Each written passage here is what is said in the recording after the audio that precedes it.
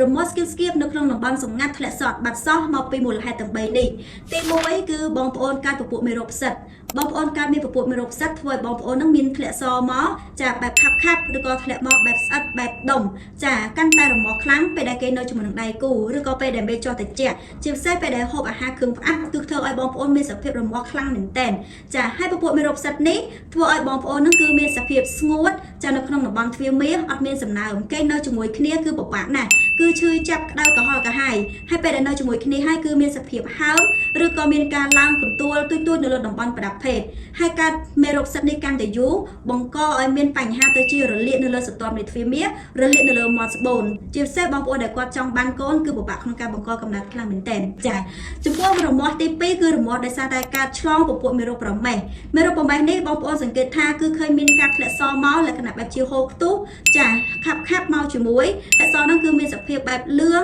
ឬក៏បែបខៀវមកជាមួយផងដែរហើយធ្លាក់បែបនេះគឺធ្វើឲ្យបងប្អូនឈឺចាប់នៅក្នុងតំបន់ប្រដាប់ភេទរបស់បងប្អូនមានសភាពឈឺអួលណែននៅក្នុងតំបន់ទ្វារមាសចាពិបាកក្នុងការបន្តបងបត់ជើងតូចមកមានសភាពឈឺអួលក្តៅក្រហល់កាហាយមែនទែនចាអញ្ចឹងកាលណាដែលបងប្អូនទុកពពួកមេរោគប្រមេះនេះកាន់តែយូរគឺអ្វីដែលប្រឈមខ្លាំងបំផុតមេរោគនេះកាន់តែវិវត្តធ្វើឲ្យរលាកនៅលើរុនបង្ហូរនោមឬក៏រលាកនៅលើមាត់ស្បូនហើយក៏ងាយប្រឈមជួបនឹងបញ្ហាមហារីកនៃមាត់ស្បូនផងដែរចាអញ្ចឹងចំពោះរមាស់ទី3ហ្នឹងគឺរមាស់ដោយសារតែការដុសដុំសាច់សេកមាន់នៅលើតំបន់ប្រដាប់ភេទនេះគឺរមាស់ឈីបរមាស់អត់បាត់សោះតែម្ដងហើយបងប្អូនដុសដុំសាច់គឺមានសភាពបែបសំប៉ែតឬក៏ដូចផ្កាខាត់ណាដុំរឹសចាដុំតូចដុំធំដុំរឹងដុំតូចដុំពណ៌ខ្វះឬក៏ដុំពណ៌សាច់ចាដុសនៅលើតំបន់ប្រដាប់ភេទឬក៏តំបន់រុនគូតបើសិនជាបងប្អូនកើតមានបញ្ហាទាំងនេះនាងខ្ញុំណែនាំបងប្អូនឲ្យពិសាជាមួយផលិតផល Fimi ចាពីព្រោះ Fimi នេះគឺជួយដោះស្រាយទៅលើបញ្ហានេះបានយ៉ាងមានប្រសិទ្ធភាពអ្វីដែលសំខាន់គឺបងប្អូនធ្វើការប្រឹក្សាសុខភាពជាមួយនឹងខាងនាងខ្ញុំផ្ទាល់ដើម្បីទទួលបានដំណោះស្រាយយ៉ាងមានប្រសិទ្ធភាពខ្ពស់